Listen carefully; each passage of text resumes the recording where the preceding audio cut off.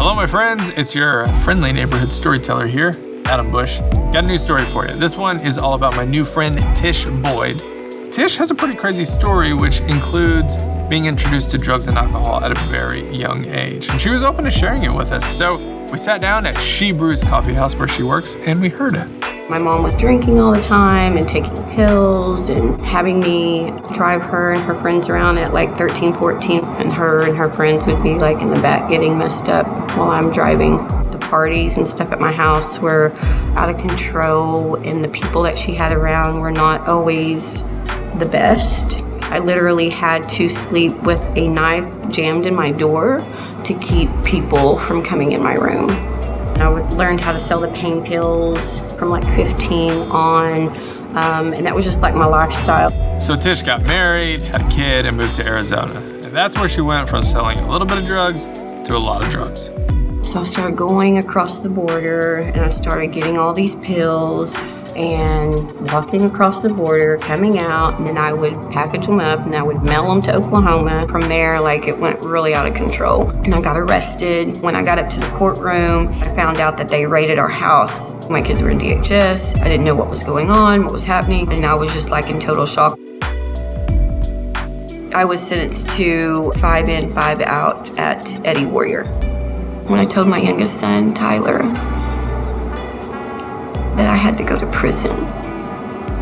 You could see him fighting to hold the tears back, but they were just streaming down. That's a moment I will never forget.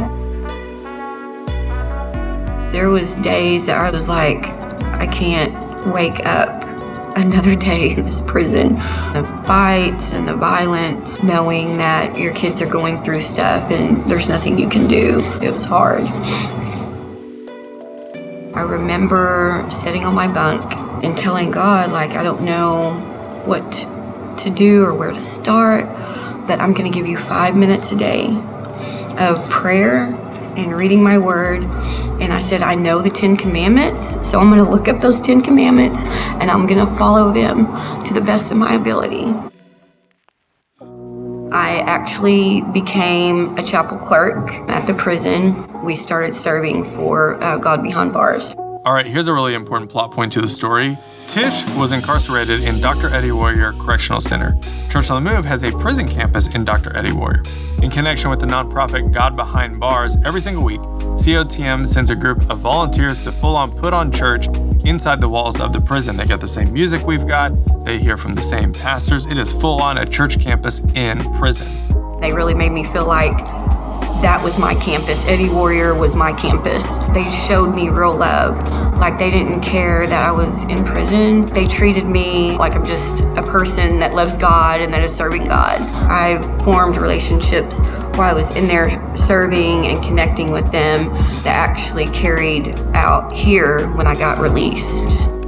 I look back at my life 6 years ago, and I'm like, who was that person? Like, that person doesn't even exist anymore. I'm content and I'm happy and I'm full of joy. I never knew that God would use prison to set me free. Tish, that is awesome. And for you, Love Day is coming up. It's happening on July 10th. And one of the outreaches as part of Love Day is in connection with God Behind Bars. We're teaming up to write letters of encouragement and hope to our church family who are incarcerated. I'll be honest, when I heard about this outreach, it was kind of like, does writing letters like this really make that big of a difference? But when I brought it up with Tish, she set me straight. To get an encouraging letter from somebody, that really goes a long way. Like, it makes your week. I know it doesn't seem like a lot, but you have no idea. It just brightens up your whole day. So that's awesome. Hey, Tish, we love you. Your whole church family is excited for you. We're proud of you as you move forward in your relationship with Jesus. And hey, you, Love Day, it's coming up. Sign up. We'll see you there.